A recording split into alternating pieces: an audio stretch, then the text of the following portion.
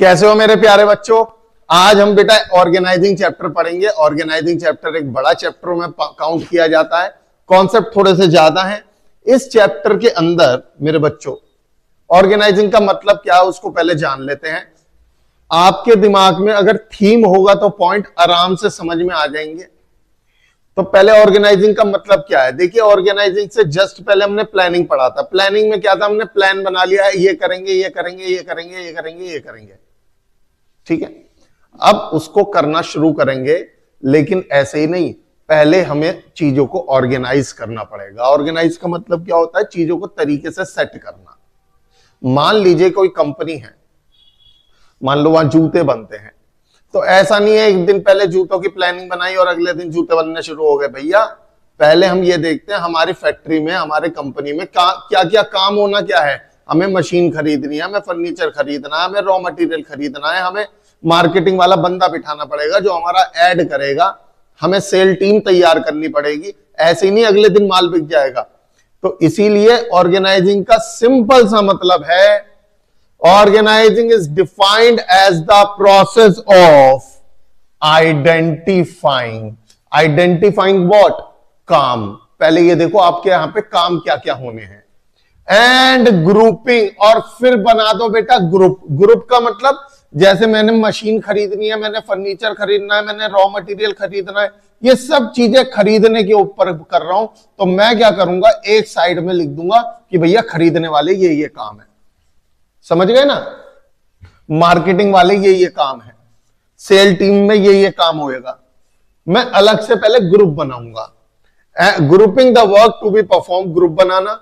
Assigning duties, फिर मैं लोगों को इसके अंदर भर्ती करूंगा और उनको उनकी ड्यूटी बताऊंगा कि आपको क्या क्या काम करना है। And establishing relationship for the purpose of accomplishing objective, और उनके बीच एक रिलेशनशिप भी एस्टेब्लिश करवाऊंगा। कैसे मतलब सर जी, देखो मान लो ये परचेज डिपार्टमेंट है, ठीक है मेरे बच्चे, ये कौन सा डिपार्टमेंट है, ये परचेज डिपार्टमेंट है बेटा, ठीक है। तो मैं क्या करूंगा, इसके अंदर 10 बंदे होंगे कम से कम, तो मैं इन सब के ऊपर एक हेड बिठाऊंगा। ध्यान से सुनना, ये बंदा जिसके अंदर मैंने इस पूरे परचेज डिपार्टमेंट को संभालने की ड्यूटी दे रखी है, और इसके अंदर जो बंदे बैठे हुए होंगे वो उनका ये बॉस है। कोई कुछ पूछना है, कुछ बताना है, इसके थ्रू जाएगी बातें। मैं मेन मालिक हूं, मेन मालिक हर जगह नहीं घूम सकता। मैंने तो डिपार्टमेंट बना दिए अलग अलग, और अब समझो ये इनको प्रॉब्लम होगी, किसके पास जाएगा, इसके पास। यानी कि इनके बीच एक रिलेशनशिप एस्टेब्लिश हो गया है कि आपको किसको रिपोर्टिंग करनी है, किससे ऑर्डर लेने हैं। इसके ऊपर इस डिपार्टमेंट का हेड अपनी नहीं चला सकता बिल्कुल भी, ये इसको नहीं डांट सकता, इससे इसका कोई रिलेशनशिप नहीं है। तो organising is defined as the process of identify, ढूंढना कि हमें क्या क्या करना है, उनके ग्रुप बना देने जो एक जैसे काम है उनको एक ही डिपार्टमेंट में डाल देना, जैसे खरीदने का। असाइनिंग ड्यूटीज, ड्यूटीज असाइन कर देना कि भैया आप इस डिपार्टमेंट में काम करोगे, आप इस डिपार्टमेंट में काम करोगे, आपको ये काम करना है, आपको ये काम नहीं करना है। एंड एस्टेब्लिशिंग रिलेशनशिप, तो 4 चीजें हैं, आइडेंटिफाई, ग्रुपिंग, असाइनिंग ड्यूटीज और एक रिलेशनशिप। इन चारों को मिला के परिभाषा बनी है बेटा हमारी, ठीक है। आगे चलते हैं। Steps in the process of organising, मैंने आपको बता रखा है जब कभी भी प्रोसेस पूछे तो प्रोसेस के लिए हमेशा स्टेप बाय स्टेप फॉलो करने पड़ते हैं। इसके अंदर 4 स्टेप हैं, तो पहला स्टेप पहले नंबर पे ही आएगा, दूसरा उसके बाद ही आएगा। ऐसा नहीं हो सकता दूसरा पहले हो जाए, समझ गए। इसको मैं कोड बता देता हूं आपको, इसका याद करने का कोड है बेटा आइडिया। आइडिया ए आगे लगा देना, ई पीछे कर देना, बस, ठीक है। चलो आई से देखते हैं क्या है। Identification and division of work, identify करना हमें क्या क्या काम करना है और उनको फिर डिवाइड कर देना। Identify and dividing the work into manageable activities so that duplication can be avoided, duplication ना हो। हमने काम बांट दिए, तुझे ये करना है तो तू यही करेगा, तू दूसरे का, मैंने उससे कह दिया तुझे खरीदने का काम करना तो वो खरीदेगा, बेचने वाली टीम में नहीं जाएगा। तो डुप्लीकेशन कभी होएगी ही नहीं, क्योंकि हमने कामों को क्या कर लिया है, आइडेंटिफाई एंड डिवाइडिंग। उसके बाद डिपार्टमेंटलाइजेशन, डिपार्टमेंटलाइजेशन बेटा यहीं से दिमाग में डाल लो। डिपार्टमेंट जब भी बोलूं तो आपके दिमाग में कमरे आ जाने चाहिए। एक कमरा है जिसके ऊपर मैंने लिख दिया है ये है परचेज डिपार्टमेंट, एक कमरा है मैंने उसके ऊपर लिख दिया है सेल्स डिपार्टमेंट। अब इस कमरे के अंदर सिर्फ सेल का काम होगा, इस कमरे में सिर्फ परचेज का काम होगा। तो पहला स्टेप क्या पढ़ा हमने, काम को बांट देना। अभी मैंने ध्यान से सुनना, बच्चे यहां क्या कंफ्यूज होते हैं, बच्चे सोचते हैं हमने लोगों को बुला लिया और काम पे रख दिया। नहीं, अभी हमने सिर्फ काम के बारे में सोचा है, हमारे यहां क्या क्या काम होना है, और उन्हें डिवाइड कर दिया कि भैया ये सब एक जैसे काम है, इनको एक कैटेगरी में डालो, इसको बी में डालो, इसको सी में डालो। अब मैं क्या कर रहा हूं, अब मैं बेटा उनके डिपार्टमेंट बना रहा हूं, समझ गए। एक्टिविटी ऑफ सिमिलर नेचर, जो भी एक्टिविटी सेम नेचर किया जाता है, खरीदारी का है तो खरीदारी वाली चीजें आर ग्रुप टुगेदर, एक ही ग्रुप में डाल देते हैं। इट फैसिलिटेट स्पेशलाइजेशन, इससे आती है बेटा स्पेशलाइजेशन। पेपर में सवाल आ चुका है एक बार कि मेरे बच्चों बताओ कि स्पेशलाइजेशन लाने के लिए ऑर्गेनाइजिंग का कौन सा स्टेप फॉलो करा जाता है, तो उसका आंसर है बेटा डिपार्टमेंटलाइजेशन, याद रखिएगा। ठीक है, आगे चलते हैं। Assignment of duties to the job position, यहां पे है ड्यूटीज, यहां पे देनी शुरू करी है मैंने। Jobs are allocated to the members, यहां आए हैं लोग, यहां आए हैं बेटा, लोगों की बात यहां से शुरू हुई है। इससे पहले सिर्फ कमरे तैयार हो रहे थे, कामों को बांटा जा रहा था, कहां पे क्या काम होना चाहिए। Jobs are allocated to the member of each department according to their skills. कोई अगर बेचने में माहिर है तो भैया तू सेल डिपार्टमेंट में चला जा। And competencies for the effective performance. उसके बाद establishing reporting relationship. Reporting relationship का मतलब होता है आपको किसको रिपोर्ट करना है। जैसे आप कॉमर्स के बच्चे हो, आपके स्कूल के अंदर साइंस स्ट्रीम भी है, तो साइंस वाली मैडम का आपसे कोई लेना देना नहीं है, वो तुम्हारे को कोई काम नहीं दे सकती। आपको किसी कुछ पूछना है तो उनसे नहीं पूछते हो, आपको पता है मुझे किससे जवाब लेना है, किसको जवाब देना है। Establishing reporting relationship. Authority responsibility relationship are clearly defined. ध्यान से सुनो, यहां दो वर्ड हैं, एक तो है अथॉरिटी, आपके पास कितनी पावर है वो बताई जाएगी। रिस्पॉन्सिबिलिटी, आपकी क्या क्या जिम्मेदारियां हैं वो बताई जाएगी। Relationship are clearly established that each individual know who is has to take order from, किसको किससे ऑर्डर लेना है, and to whom he is accountable, और वो किसको जवाबदेही है। आप कहते हो ना कई बार, चल चल अपने काम से काम रख, बॉस नहीं है तू मेरा, बाप मत बन मेरा। यानी जो आपको पता है ना, आप जवाबदेही किसको, अकाउंटेबल किसके हो, ये आपको क्लियर होना जरूरी होता है मेरे बेटे। ठीक है, ओके सर जी। तो अथॉरिटी, रिस्पॉन्सिबिलिटी, अकाउंटेबिलिटी, ये सब चीजें यहां आती है एस्टेब्लिशिंग रिपोर्टिंग रिलेशनशिप के अंदर। आगे चलते हैं बेटा, इसके कीवर्ड्स हैं पहचानने के लिए। आगे चलते हैं, आगे क्या है, पेज रिपीट हो गया है, चलो कोई बात नहीं। तो मैंने इसका आपको वैसे कोड बता दिया है, कोड इसका आइडिया है। आई से है identification and division of work, D से है बेटा डिपार्टमेंटलाइजेशन, ए पहले आएगा असाइनमेंट ऑफ ड्यूटीज, और ई बाद में आएगा एस्टेब्लिशिंग रिपोर्टिंग रिलेशनशिप। ठीक है बच्चे, आगे चलते हैं, ये प्रोसेस है। आगे चलते हैं, इंपॉर्टेंस ऑफ ऑर्गेनाइजिंग। मैं इंपॉर्टेंस बाद में पढ़ाऊंगा बेटे, मैं इंपॉर्टेंस बाद में पढ़ाऊंगा, पहले मैं आपको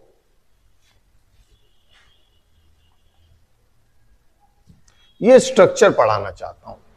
ऑर्गेनाइजेशन स्ट्रक्चर के ऊपर बहुत सवाल बनते हैं, आपने हाफ ईयरली दिया होगा, उसमें भी आपने इसको जरूर पाया होगा। ऑर्गेनाइजेशन स्ट्रक्चर को दो प्रकार के स्ट्रक्चर होते हैं बेटा, एक होता है फंक्शनल स्ट्रक्चर, ध्यान से सुनना तभी वो अंदर का समझ आएगा, और एक होता है डिविजनल स्ट्रक्चर। देखिए, फंक्शनल स्ट्रक्चर का मतलब होता है कि मैंने अभी सिर्फ फंक्शन के आधार पे डिपार्टमेंट बना दिए। जैसे एग्जांपल, मैंने एक बना दिया है परचेज डिपार्टमेंट, एक मैंने बना दिया है बेटा सेल डिपार्टमेंट, एक बना दिया है बेटा मैंने प्रोडक्शन डिपार्टमेंट, एक बना दिया है बेटा मैंने एचआर डिपार्टमेंट। यानी कि फंक्शन, यानी कि काम, फंक्शनल स्ट्रक्चर का मतलब होता है काम के आधार पे department banana, that is functional structure. Sir divisional क्या होता है?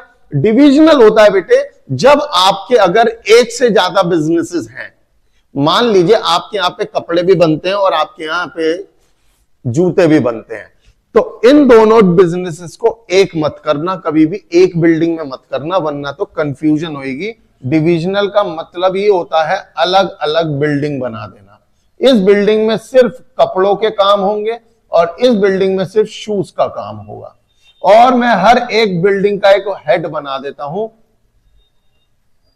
ध्यान से सुनना, हर बिल्डिंग का एक हेड बना देते हैं। इस हेड को बोलते हैं डिविजनल हेड। इस हेड को बोलते हैं बेटा डिविजनल हेड। देखो ये तो मेन मालिक है, ये तो मैं हूं, मान लो मैंने इन दोनों को इनकी इनकी बिल्डिंग सौंप रखी है कि भैया तुम जानो, तुम्हारा काम जाने, मैं तो तुमसे बात करूंगा। इन बंदों को बोलते हैं डिविजनल हेड। ये दोनों डिविजनल हेड हैं। और ये है फंक्शन स्ट्रक्चर जिसमें मैंने डिपार्टमेंट बनाए हैं। हर डिपार्टमेंट का एक बॉस बनाता हूं मैं। ये डिपार्टमेंट के बॉस हैं बेटा, ये बिल्डिंग के बॉस नहीं है। ये सिर्फ एक छोटे से डिपार्टमेंट, एक कमरे के बॉस हैं, जिसको मैं बोलता हूं, इसको मैं बोलता हूं परचेज डिपार्टमेंट का है तो इसको बोलूंगा परचेज मैनेजर, इसको बोलूंगा सेल्स मैनेजर। तो ये बात आपकी क्लियर हो गई कि फंक्शनल स्ट्रक्चर के अंदर हम फंक्शन के आधार पर चीजों को, डिपार्टमेंट को बांटते हैं। आइए पढ़ें। Functional structure is an organisational structure formed by, कैसे फॉर्म होता है?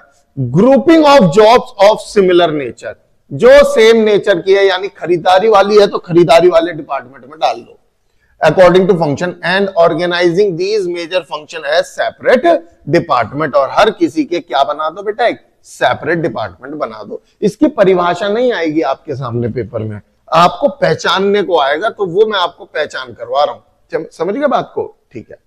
For example, a company manufacturing garments may have separate department for production department, marketing, finance, etc. एक कंपनी है जो कि गारमेंट्स यानी कपड़े बनाती है, उसके अलग अलग डिपार्टमेंट हो सकते हैं, मार्केटिंग का अलग, फाइनेंस का अलग, परचेज का अलग। ओके।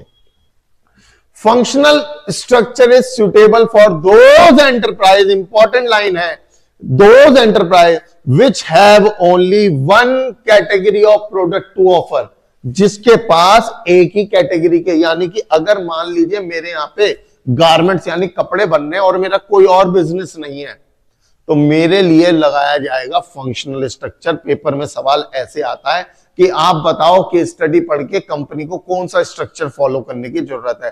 तो अगर क्वेश्चन के अंदर एक ही बिजनेस की चर्चा हुई है तो आंख बंद करके बोल देना फंक्शनल स्ट्रक्चर। ये पहचान बता रहा हूं मैं आपको, समझ गए?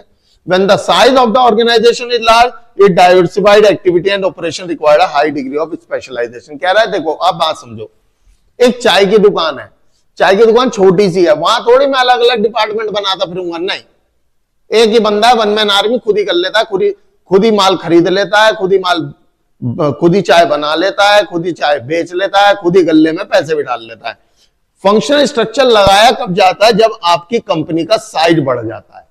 अब मान लीजिए उसकी एक चाय की दुकान से चाय का शोरूम बन गया, पता नहीं क्यों फेमस हो गया, पर वो अब उसे बेटा डिपार्टमेंट बनाने पड़ेंगे कि भैया ये डिपार्टमेंट बना दिया, इसमें सिर्फ चाय बनाने का काम होता है, ये डिपार्टमेंट का काम सिर्फ बेचने का होता है, ये डिपार्टमेंट का काम सिर्फ माल को खरीदने का होता है। समझ गए मेरी बात को? तो छोटी मोटी जगहों पे स्ट्रक्चर नहीं लगते, ये जब लगता है जब ऑर्गेनाइजेशन का साइज बड़ा होता है। ओके, आगे चलते हैं। अब इसके एडवांटेजेस क्या है, इसके फायदे क्या है, थोड़ा मन से सुनोगे तो याद हो जाएगा। ऑक्यूपेशनल स्पेशलाइजेशन, या यूं कह लो, इस नाम से ज्यादा याद रहेगा, फंक्शनल स्पेशलाइजेशन।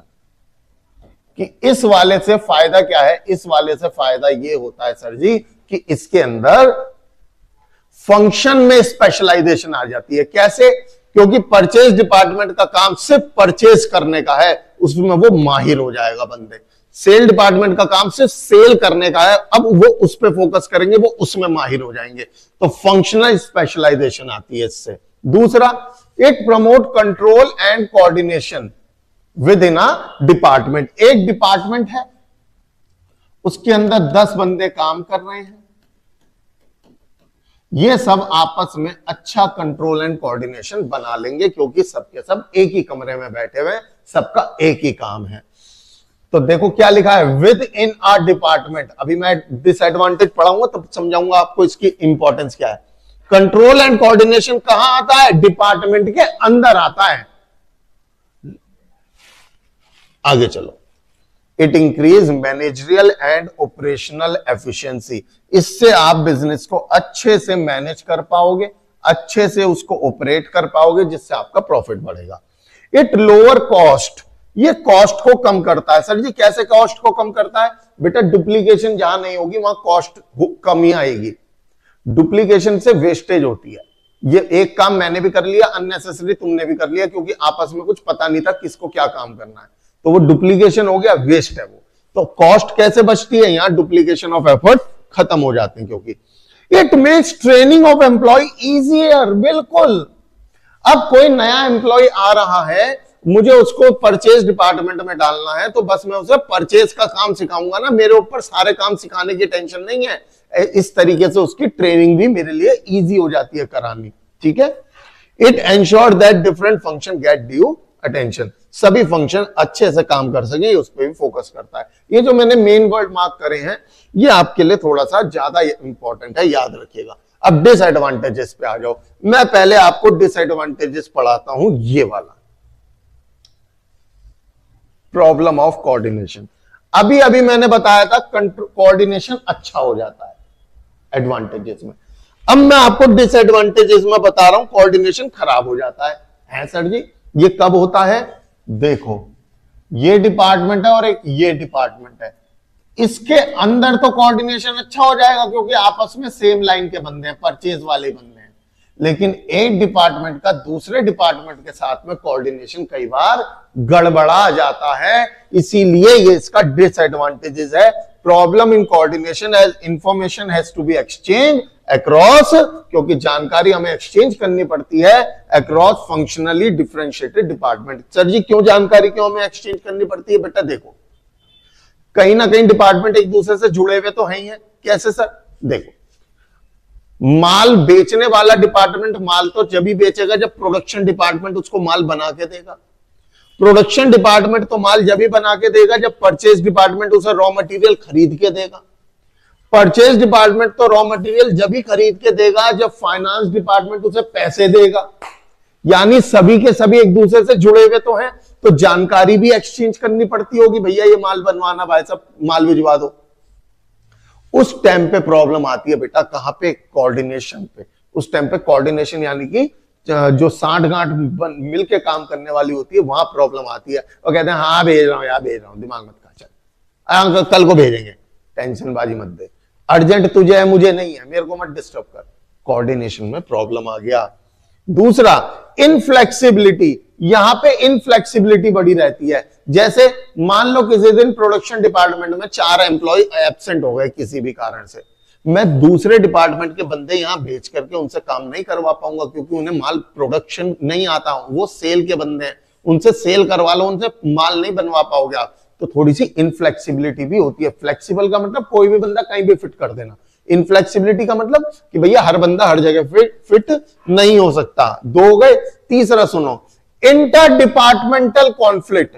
सभी डिपार्टमेंट आपस में भी कॉन्फ्लिक्ट कर सकते हैं। कब कर सकते हैं? जब दोनों के हित आपस में टकरा रहे हो। एग्जांपल सुनो, फाइनेंस डिपार्टमेंट का काम होता है कंपनी के खर्चों को कम करना, प्रॉफिट को बढ़ाना, ठीक है। सेल डिपार्टमेंट का काम होता है माल को मार्केट में ज्यादा से ज्यादा बेचना। अब सेल डिपार्टमेंट का बंदा गया एक ग्राहक के पास, कह रहा भाई साहब आपसे मैं बल्क में माल ले लूंगा, चलो। सेल डिपार्टमेंट का बंदा खुश हो गया, लेकिन आप मुझे 5% डिस्काउंट दे रहे हो ना, 5 नहीं 8 दो, 8% डिस्काउंट दोगे तो मैं आपसे बल्क में माल खरीद लूंगा। अब सेल डिपार्टमेंट वाला तो यही चाहेगा माल बिक जाए कैसे भी करके, लेकिन उसके हाथ में इतनी पावर तो नहीं है कि अपनी तरफ से डिस्काउंट दे देगा। वो फाइनेंस डिपार्टमेंट को फोन करता, बाबूजी थोड़ा सा डिस्काउंट बढ़ा दो, मेरा माल बिक जाएगा। ये कहेगा ओ भाई तू अपने आप देख, तेरा माल बेचने के चक्कर में, तेरे डिपार्टमेंट का टारगेट अचीव करने के चक्कर में मैं अपने ऊपर तलवार नहीं चलवाऊंगा। कंपनी कहेगी कि भैया ये डिस्काउंट एक्स्ट्रा क्यों दे दिया, कंपनी का खर्चा ज्यादा हो जाएगा। मैं नहीं भैया, मैं नहीं। दोनों आपस में लड़ मरे। इस चक्कर में हुआ क्या, ग्राहक चला गया। कंपनी को हो गया बेटा लॉस। ये भी तो एक लॉस ही है, माल ना बेच पाना। यही अगर उनके बीच में दिक्कत ना होती तो वो कहते यार देख 8 तो नहीं यार, फाइनेंस डिपार्टमेंट कहते यार 8 तो नहीं यार, 8 तो बहुत हो जाएगा, कि काम कर कैसे करके ना 6 पे 6.5 पे लिया उसको, थोड़ा ये कोशिश करता, तब तो बन जाती बात। लेकिन क्या होता है आपस में इंटर डिपार्टमेंट कॉन्फ्लिक्ट, आपस में इनके ही कॉन्फ्लिक्ट यानी लड़ाई झगड़े हो जाते हैं। एक और पढ़ लो, creation of functional empire where less emphasis is placed on, ये है मेन लाइन, ज्यादा ध्यान सबका अपने डिपार्टमेंट पे होता है कि मेरे डिपार्टमेंट बढ़िया चलता रहा। अरे भैया तुम्हारा डिपार्टमेंट है तो कंपनी के अंदर ही, कंपनी का ऑब्जेक्टिव क्या है, तेल लेने, समझ लो मेरी बात को, हमें तो कैसे भी करके अपने डिपार्टमेंट की नाक ऊंची रखनी है। तो कई बार लोग ऑब्जेक्टिव, ओवरऑल ऑब्जेक्टिव को तो इग्नोर कर देते हैं, कंपनी का क्या उद्देश्य है ऐसी तैसी में जाओ, हम तो बस अपने डिपार्टमेंट की जय जय करवाना चाहते हैं। तो ये लेस एम्फोसिस यानी कम ध्यान देते हैं किस पे, ओवरऑल ऑब्जेक्टिव के ऊपर। ओके सर, आगे चलते हैं। अब आ जाते हैं डिविजनल स्ट्रक्चर, जिसके लिए मैं एक बार दोबारा से हल्की जल्दी से बता देता हूं। ये एक बिल्डिंग 1 है, ये बिल्डिंग 2 है, यहां कपड़ों का काम हो रहा है, यहां पे शूज का काम हो रहा है। ये मेन मालिक है ना, इसने क्या कर रखा है, एक बंदा यहां का हेड बना दिया, एक बंदा यहां का हेड बना दिया, और इन दोनों को इनकी कंपनी सौंप दिया। आप सोचो ना यार, ये जो अंबानी है टाटा बिरला है, ये क्या हर कंपनी में जा जाके बैठते हो? फिर इनका बिजनेस, इतने लंबे चौड़े बिजनेस देश विदेशों तक कैसे फैल गए? क्योंकि बेटा इन्होंने ये स्ट्रक्चर अपना रखा है।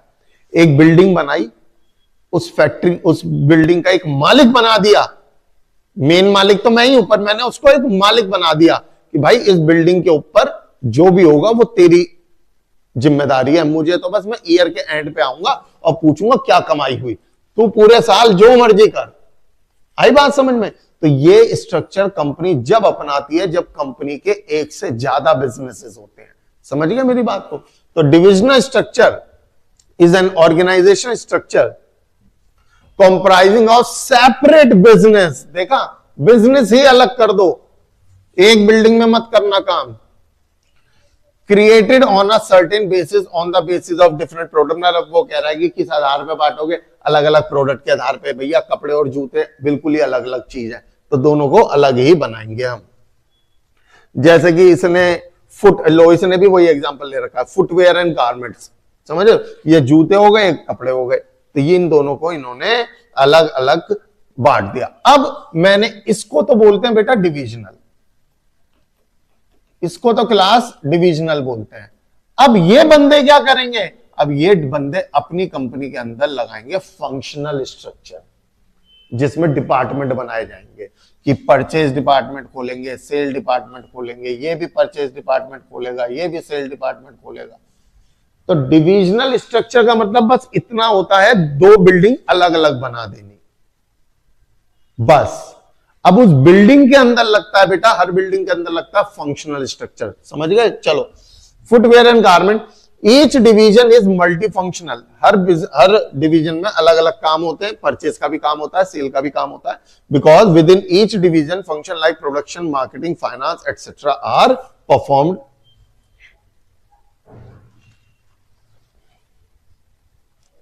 Each division work as a profit centre, profit के लिए काम करते हैं। ये सब आपकी जानकारी के लिए पढ़ा रहा हूं, ठीक है ना?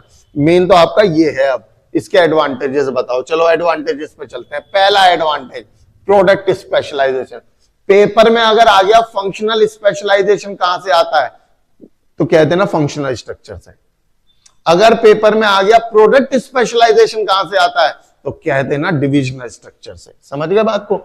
तो प्रोडक्ट स्पेशलाइजेशन आता है, product specialisation help in the development of varied skills in a divisional head and this prepare him for a higher position. अब बात को समझो भैया, इस बंदे की तो मौज आ गई, इस बंदे की, उसको एक पूरा बिजनेस संभालने को दे दिया है, उसको कितना ज्यादा एक्सपीरियंस गेन कर जाएगा वो इसके थ्रू, पूरे एक बिल्डिंग संभालने सीख जाएगा बंदा। बहुत अच्छी बात है। Divisional head are accountable for profit. Divisional head यानी ये बंदे, ये जवाबदेही है कंपनी के प्रॉफिट के लिए। जैसे मेन मालिक है, मैंने कहा था ना, ये रोज रोज नहीं जाएगा, ये तो उस दिन जाएगा जिस दिन साल के एंड में चला गया, हाँ भाई अब बता जरा क्या प्रॉफिट कमा रहा है, तो ये जवाबदेही भी है भैया पूरी कंपनी ने क्या कमाया क्या नहीं कमाया।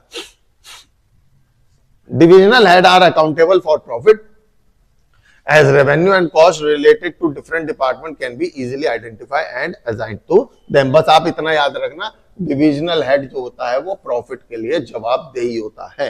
आगे चलते हैं। Third, it promote flexibility and initiative because each division function. अब समझो यहां फ्लेक्सिबिलिटी क्या है, कैसे फ्लेक्सिबिलिटी है। देखो ये बंदे को कोई भी डिसीजन लेना है, मेन बंदे से नहीं पूछना, इसको आज छुट्टी करनी है कर देगा, फ्लेक्सिबिलिटी है। डिसीजन फास्ट हो रहे हैं, इस चीज को लेकर के फ्लेक्सिबिलिटी है। अगर ये ही सब इसको इसी से हर बात पूछनी पड़ती फिर तो फ्लेक्सिबिलिटी क्या रहेगी, फिर तो कोई डिसीजन ले ही नहीं पाता ये बंदा, समझ लो। तो इस पॉइंट ऑफ व्यू से यहां फ्लेक्सिबिलिटी बोली गई है क्योंकि यहां पे डिसीजन मेकिंग थोड़े से फास्ट होते हैं। Next, it facilitate expansion and growth.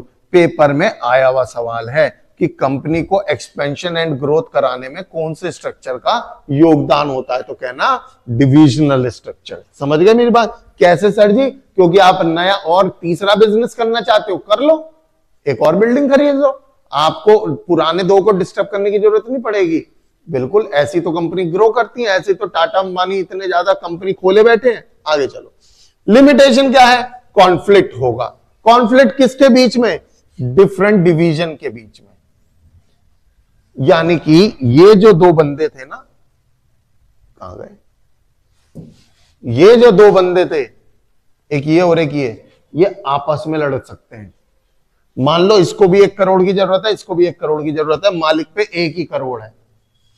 ये चाहेगा मुझे मिल जाए, वो चाहेगा मुझे मिल जाए, चाहे दूसरी कंपनी, दूसरे डिवीजन, दूसरी बिल्डिंग चाहे तबाह हो जाए, मुझे उससे मतलब नहीं है। इन दोनों के बीच पैसों को लेकर के क्या हो सकती है बेटा? झगड़े हो सकते हैं। देखो, कॉन्फ्लिक्ट में arise among different division with reference to allocation of fund. It may lead to increase in cost. यहां पे कॉस्ट बढ़ जाती है। क्यों? आप समझो और समझदार बनो थोड़े से। बेटा ये मैंने आपके सामने, चलो यही लिख देते। मैंने आपको बताया था ये बिल्डिंग है कि ये बिल्डिंग है, ये अपना परचेज डिपार्टमेंट अलग बनाएगा, सेल डिपार्टमेंट अलग बनाएगा, ये भी अपना परचेज डिपार्टमेंट अलग बनाएगा, सेल डिपार्टमेंट अलग बनाएगा। जब अलग अलग बना रहे हो तो अलग अलग एम्प्लॉय रखने पड़ेंगे, खर्चा ज्यादा, इसका अकाउंटेंट अलग, इसका अकाउंटेंट अलग, तो खर्चा तो बढ़ेगा। It may lead to increase in cost since there may be duplication of activity across product. क्योंकि डुप्लीकेशन है, खरीदना तो यहां भी था यहां भी था दोनों को, लेकिन बंदे अलग अलग हैं, मजबूरी है हमारी, खर्चा करना पड़ेगा। डिविजनल इंटरेस्ट में सुपरसीड ऑर्गेनाइजेशनल इंटरेस्ट। ये भी कहते हैं ऑर्गेनाइजेशन यानी मेन मालिक गया तेल लेने, मुझे बस अपने डिवीजन से मतलब है। अभी ये लड़ रहे थे थोड़ी देर पहले, 1 करोड़ मुझे दे दो, 1 करोड़ मुझे दे दो, चाहे दूसरे डिवीजन में आग लग जाए। अरे भैया आप जरा मालिक की नजर से तो सोचो, इस बंदे की नजर से तो सोचो जरा। इस मेन मालिक के लिए तो दोनों ही बिल्डिंग इंपॉर्टेंट है। तो कंपनी तो ये दोनों कह रहे हैं ऐसी तैसी मेरा मालिक, हमें तो अपने डिवीजन से मतलब है। तो डिविजनल इंटरेस्ट में सुपरसीड ऑर्गेनाइजेशनल इंटरेस्ट। इस चैप्टर को याद करने से ज्यादा समझना जरूरी है, बहुत ज्यादा। पेपर में जब सवाल आता है तो बच्चा सोचता है इसका आंसर ये है या ये है। तो ये चर्चाएं बहुत ध्यान से सुनो, जो डब्बे में मार्क कर रहा हूं वो बहुत इंपॉर्टेंट है हमारे लिए। आगे चलते हैं। अब इसके कुछ फायदे हैं, कुछ नुकसान हैं। अच्छा,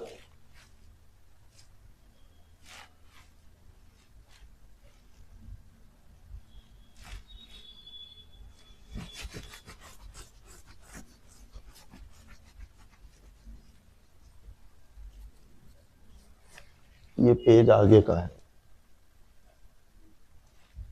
ये आगे का पेज है।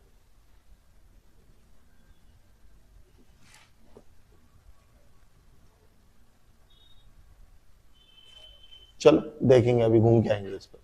अब आगे चलते हैं बेटा फॉर्मल ऑर्गेनाइजेशन पे। फॉर्मल ऑर्गेनाइजेशन का मतलब होता है कि सभी बातें, सभी की सभी चीजें रूल्स एंड रेगुलेशन के थ्रू होगी। जैसे कि आपको किसी के अंडर रख दिया, आपको उसी को जवाब देना, उसी से कुछ बात करनी है तो उसी से पूछना है। यहां आपका ये नहीं देखेंगे कि आप मान लो आपका कोई स्कूल फ्रेंड था जिससे आपकी बनती नहीं थी, फ्रेंड नहीं था, एनिमी था, बाय चांस सेम कंपनी में पहुंच गए और बाय चांस एक ही डिपार्टमेंट के अंदर पहुंच गए, अब तुम उसको देख के किलस रहे हो, वो तुम्हें देख के किलस रहा है, पर किलसते रहो। फॉर्मल ऑर्गेनाइजेशन पे आपके रिश्तों पे ध्यान नहीं देते हम, फॉर्मल ऑर्गेनाइजेशन में हम ध्यान देते हैं काम पर। तो ये फॉर्मल ऑर्गेनाइजेशन क्या होती है? Formal organisation refers to the organisation structure which is deliberately का मतलब होता है जानबूझकर, विच इज डेलिबरेटली बनाया जाता है किसके द्वारा? By the management to accomplish a particular task. भाई ये तो करना पड़ेगा ना, समझो ना, चीजें अगर आपको अच्छी चाहिए तो आपको कहीं ना कहीं थोड़ी सख्ती बरतनी पड़ती है। तो फॉर्मल ऑर्गेनाइजेशन क्या होती है? जिसके अंदर कौन किससे बात करेगा, कौन किसके अंडर काम करेगा, ये सब कुछ जान पूछ कर मैनेजमेंट डिसाइड कर लेता है पहले से ही। समझ गए? आपके रिश्ते विश्ते गए तेल लेने। The structure in the formal organisation can be functional और डिविजनल। फीचर क्या है? पहला feature, it is deliberately designed by the top management. अभी बताया था, ये जानबूझ के टॉप मैनेजमेंट डिजाइन करता है। दूसरा, इट स्पेसिफाई रिलेशनशिप, ये आपको रिलेशनशिप बताता है। क्या? कैसी रिलेशनशिप? कि आप किसके अंडर काम करोगे, आपका बॉस कौन है और आपके अंडर कौन काम करेगा। समझ लो ना? तो रिलेशनशिप एस्टेब्लिश करता है। Next, it place more emphasis on work rather than interpersonal relationship. हमें आपके पर्सनल रिलेशनशिप से मतलब नहीं है कि तुम्हारी आपस में नहीं बन रही तो भैया कंपनी छोड़ दो। हमें तो सिर्फ किस पे ध्यान देते हैं? It places more emphasis on work, ये काम पे ज्यादा ध्यान देते हैं, ना कि आपके इंटरपर्सनल रिलेशन पे। It is a mean to achieve the objective, इसका पर्पस ही ये होता है कि हमारे कंपनी के ऑब्जेक्टिव अचीव हो सके। It lay down rules and procedure for their achievement. It coordinate the effort on various department. Simple है, बट मन में दिमाग में एक बात रखिएगा, आपको याद भी जब ही होएगा। फॉर्मल ऑर्गेनाइजेशन कौन सी होती है? जो टॉप मैनेजमेंट जानबूझ के बनाती है, रूल्स एंड रेगुलेशन बनाती है, जिसके अंदर सबको पता होता है किसका कौन बॉस है, किसको किससे जवाब लेना है, किसको किसको जवाब देना है। इसमें हम आपके पर्सनल रिलेशनशिप पे ध्यान नहीं देते हैं, हम बस कंपनी के काम पे ध्यान देते हैं। That's it. जो इसके फायदे हैं बताऊंगा, चलो आगे आगे चलो धीरे धीरे। अब इसके एडवांटेजेस पढ़ लेते हैं। तो पहली एडवांटेजेस क्या है? रेस्पॉन्सिबिलिटी फिक्स करना इजी होता है, इजी टू फिक्स रेस्पॉन्सिबिलिटी। क्यों? क्योंकि सबको पता है आपके अंडर कौन है, आपके ऊपर कौन है, तो आपको अपनी जिम्मेदारी भी क्लियर पता है। जब चीजें रूल्स एंड रेगुलेशन के हिसाब से चलती है तो बेटा जिम्मेदारी फिक्स करनी आसान होती है। समझ गए बात को? Next, it avoid duplication of effort. बिल्कुल, बार बार एक ही बात बोलता रहूंगा मैं आपको, इसमें डुप्लीकेशन नहीं होते हैं। क्यों नहीं होते हैं? सबको अपना काम पता है। It maintain unity of command. Unity of command का मतलब क्या होता है? आपको प्रिंसिपल वाले चैप्टर में पढ़ाया था, एक बॉस के नीचे, एक एम्प्लॉय के ऊपर एक टाइम पे एक ही बॉस होना चाहिए जो उसको काम बता रहा है। तो यहाँ यूनिटी ऑफ, क्योंकि इसके अंदर यही तो सेटिंग हम बिठा रहे हैं, कौन किसके अंदर है, कौन किसके अंडर काम कर रहा है। तो आपको पता है ना आपका बॉस कौन है, वहीं से ऑर्डर आपको मिलेगा, कोई और नहीं देगा आपको ऑर्डर। ये इसका फायदा है। It lead to accomplishment of goal. ये कंपनी के गोल अचीव कराने में हेल्प करता है। It provide stability of the organisation. और बेटा स्टेबिलिटी तो आएगी, देखो जब आप सख्ती करते हो ना एम्प्लॉइज पे और वो आपके तरीके से चलेंगे तो आपकी कंपनी स्टेबिलिटी जब ही होगी। आपने देखा होगा स्कूल के अंदर, अगर आपकी क्लास में से 1 मिनट के लिए टीचर बाहर चली जाए, तुम क्लास का चिड़ियाघर बना देते हो। उस टाइम तुम भूल जाते हो हम कहां बैठे हैं। उसको बोलते हैं इनफॉर्मल ऑर्गेनाइजेशन। कोई किसी से भी बात कर रहा है, कोई किसी के पास भी बैठ रहा है जाके।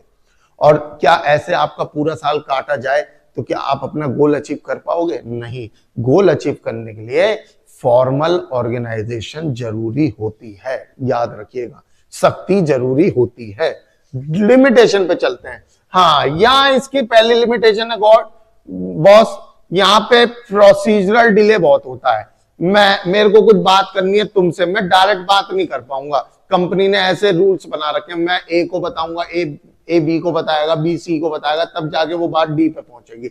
प्रोसीजरल डिले है। Next, fail to recognise creative talent. बिल्कुल सही बात, इंपॉर्टेंट हो गई ये बात। टैलेंट मर जाता है। क्यों? क्योंकि बेटा जो बाप ने बोल दिया कंपनी में, सॉरी, जो टॉप मैनेजमेंट ने बोल दिया कंपनी में, आपको वही करना है, आपको अपना दिमाग नहीं चलाना। फॉर्मल ऑर्गेनाइजेशन का मतलब यही तो होता है, आपके बॉस ने जो आपको बोल दिया वो करना है, चाहे आपको उस काम को करने का कोई बेहतर तरीका पता हो, वो कहेगा ना ना ना, जो पापा कह रहे हैं वो करो। तो इससे होता क्या है, जो टैलेंट है आपका, आपके अंदर टैलेंट था, आप कुछ अच्छा कर सकते थे, वो मर गया। Non fulfilment of social need, यहां पे बेटा हम सोशल नीड को पूरी नहीं कर पा रहे। सोशल नीड का मतलब होता है कि इंटरपर्सनल रिलेशनशिप का ध्यान नहीं रख रहे। देखो मैंने भी ना जॉब करी थी एक इंश्योरेंस कंपनी के अंदर, बहुत पहले की बता रहा हूं। अब वहां पे भाई दम घुटता था, मेरा दम जिसको कहते हैं। मालिक ने कह दिया यहां बैठो, बैठ जाए, वहां बैठो, वहां बैठ गए जी।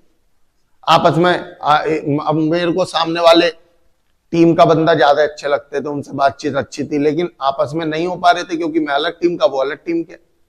तो कहीं ना अंदर से मन घुटता था, यार फिर जाओ कंपनी में, यार 6 घंटे 8 घंटे की ड्यूटी, वो इतनी कैडी लगती थी जिसका हिसाब नहीं। तो मेरे को समझ में आती है बातें बहुत अच्छे से कि सोशल नीड कितनी जरूरी है पूरी होना एक इंसान की, जो कि फॉर्मल ऑर्गेनाइजेशन, अगर आप प्योरली फॉर्मल ऑर्गेनाइजेशन चला रहे हो, ये पॉसिबल है ही नहीं कि सोशल नीड पूरी हो जाए। इसके बाद आता है इनफॉर्मल ऑर्गेनाइजेशन। बेटा इनफॉर्मल का मतलब होता है जहां पे रूल्स एंड रेगुलेशन नहीं होते। सर ऐसी कौन सी कंपनी होती है जहां रूल्स एंड रेगुलेशन ना होते हो? पहली बात, ऐसी कोई कंपनी नहीं होती है। इनफॉर्मल ऑर्गेनाइजेशन हर ऑर्गेनाइजेशन का पार्ट बन जाता है ऑटोमेटिक। जैसे आप समझो कंपनी में जब ब्रेक लंच टाइम होता है, तब क्या वहां हम फॉर्मेलिटी पूरी करते हैं कि इसको इससे बात करनी है तो ये इसी से बात करेगा? नहीं, लंच ब्रेक में आप किसी से भी बातें कर सकते हो। यानी इनफॉर्मल ऑर्गेनाइजेशन फॉर्मल ऑर्गेनाइजेशन के अंदर ही बैठी हुई होती है। समझ गए नहीं समझ गए? अगर ये नहीं होगी ना बेटा, आप कंपनी में सांस नहीं ले पाओगे। आओ पढ़ें। Informal organisation is a network of personal and social relationship between the within the formal organization, यानी फॉर्मल ऑर्गेनाइजेशन के अंदर ही इनफॉर्मल ऑर्गेनाइजेशन होता है। समझ गए? फीचर क्या है?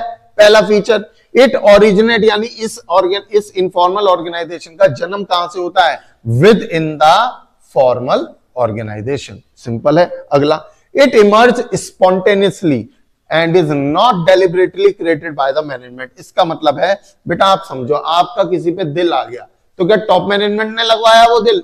दिल उसको दे दे, उसका दिल तू ले ले, ऐसा नहीं होता है। स्पॉन्टेनियसली एकदम हो जाता है, पता नहीं लगता है, तो स्पॉन्टेनियसली होता है। ये is not deliberately created by the management. Management इसे जानबूझ के नहीं करवाता। आपको जिससे पसंद है बात करना, आप खुद करते हो। मैनेजमेंट नहीं तुम्हारा हाथ पकड़ के लेकर चाहता है वहां पे। आपका मन है लंच ब्रेक में उससे बात करनी है, कर ले जाके spontaneously. Next, the standard of behaviour evolve from group norms. आपका बिहेवियर कैसा होगा ये डिपेंड करेगा आपका ग्रुप कैसा है, ग्रुप के रूल्स एंड रेगुलेशन कैसे हैं। देखो हर चीज के फायदे नुकसान है। ग्रुप बना लिया ये अच्छा है, आप उसी के हिसाब से मूव करोगे, ये भी हमें पता है। लेकिन जब मैं इसके डिसएडवांटेज पढ़ाऊंगा तो यही इसका डिसएडवांटेज है, क्योंकि कई बार क्या होता है, जो हमारे ग्रुप ने कह दिया हम फिर वही करते हैं। हमारे ग्रुप ने डिसाइड कर लिया आज कंपनी में आग लगाएंगे रात को, चुपचाप लगा दोगे तुम। Group independent channel of communication are developed. इसमें इंडिपेंडेंट चैनल ऑफ कम्युनिकेशन है, कोई किसी से भी बात कर सकता है, कोई रोक टोक नहीं है किसी प्रकार की। It has no definite structure और form because it is complex network of social relationship. मतलब कुल मिला के यहां पे कंपनी के अंदर सोशल रिलेशनशिप पूरी करी जा रही है, उनका दिल विल लग जाए उसकी कोशिश करी जा रही है, और ये अपने आप होती है। ऐसे कोई कंपनी नहीं कहती चलो भाई चलो दिल लगाने का टाइम हो गया 11 से 1, ऐसा नहीं होता है। ठीक है ना? आगे चलो, इसके एडवांटेजेस क्या है? तो पहला फायदा है फास्टर स्प्रेड ऑफ इंफॉर्मेशन, क्योंकि इसमें आपको कोई कम्युनिकेशन की फॉलो नहीं करना। ए बी को बताएगा, बी सी को बताएगा, फिर वो डी तक पहुंचेगी। तेरा मन डी से बात करने का, डायरेक्ट जा, डायरेक्ट बात कर ले, जल्दी इंफॉर्मेशन पास होती है। इट फुलफिल सोशल नीड, लोगों की सोशल नीड पूरी होती है इससे। It contribute toward fulfillment of organization objective by compensating for inadequacies of the informal organization. ये भी कहीं ना कहीं कंपनी के गोल अचीव करने में मदद करता है. वो कैसे करता है सर जी? वो ऐसे करता है. वो कैसे करता है सर जी? वो ऐसे करता है कि अगर आपका मन ही नहीं लगेगा तो आप कंपनी में रुक नहीं पाओगे, दम घुटेगा. तो जब दम घुटेगा तो काम नहीं होगा, और जब मन लगेगा तो काम भी होगा. काम होगा तो कंपनी के गोल अचीव हो जाएंगे. समझ गए? तो it contribute toward fulfilment of organisational objective by compensating inadequacies in the formal organisation. Formal organisation की जो भी कमियां थी उनको पूरी करके इनफॉर्मल ऑर्गेनाइजेशन गोल अचीव करने में मदद करता है. ओके सर, नेक्स्ट लिमिटेशन क्या है? सबसे पहला, इसमें र्यूमर फैलते हैं. बिल्कुल, अफवाहें बहुत जल्दी फैलती हैं. It may lead to resistance change. इससे क्या होता है? चेंज में रेजिस्टेंस, लोग रोकते हैं. अगर कोई चेंज आ रहा है, अगर वो उनके ग्रुप के अगेंस्ट है तो वो रोकेंगे उसको हमेशा. It pressurise member to conform to the group norms. ये मेंबर्स पे प्रेशर आता है कि आप ग्रुप के हिसाब से चलो, कंपनी गई तेल लेने. ठीक है बेटा, डिफरेंस है. डिफरेंस बहुत इजी है, आराम से आ जाएंगे समझ. मीनिंग क्या होता है? मीनिंग मैंने यहां पे आपको पढ़ाया. ओरिजिन, ओरिजिन इसका जन्म कहां से होता है? इसका जन्म होता है बेटा कंपनी के रूल्स एंड पॉलिसीज से. और इसका जन्म कहां से होता है? इसका जन्म होता है आपकी सोशल इंटरेक्शन से. अथॉरिटी अराइजेज बाय द, मतलब इसके अंदर जो अथॉरिटी आपके पास आती है, यानी जो पावर आती है, वो आपको कंपनी की पोजीशन दिलवाती है. कंपनी ने आपको एमडी बना रखा है तो जब आप पे वो पावर आई है. लेकिन यहां पे आपकी आपस में पर्सनल क्वालिटीज कैसी हैं, आपस में रिश्ता कैसा है, वो आपके ऊपर बताएगा कि आपको सामने वाले पे कितनी पावर है, उसके ऊपर आप अपनी कितनी चला पा रहे हो. बिहेवियर, ये रूल से डायरेक्शन होती है, मतलब रूल चलते हैं यहाँ पे, और यहाँ पे कोई ऐसा बिहेवियर का कोई सेट नॉर्म्स रूल्स नहीं बने हुए. लीडरशिप, मैनेजमेंट, मैनेजर यहाँ पे लीडर होते हैं. इनफॉर्मल में लीडर में और मे नॉट बी मैनेजर. वहां कोई मैनेजर नहीं चलता है. वहां अगर मेरी बात तुम्हें सुननी अच्छी लग रही है तो मेरी चलेगी, वरना नहीं चलेगी, चाहे मैं किसी भी पोजीशन पे हूं. लंच ब्रेक में आप थोड़ी टीचर की सुनते हो. फ्लो ऑफ कम्युनिकेशन, तो भैया इसके अंदर जो कम्युनिकेशन होता है थोड़ा डिले होता है, स्केलर चेन फॉलो करनी पड़ती है. इसके अंदर ऐसा कुछ भी नहीं होता, कोई प्लान्ड रूट नहीं है जिससे आपका मन करे उससे बात करो. नेचर, ये थोड़ा रिजिड नेचर का होता है, ये थोड़ा सा फ्लेक्सिबल नेचर का होता है.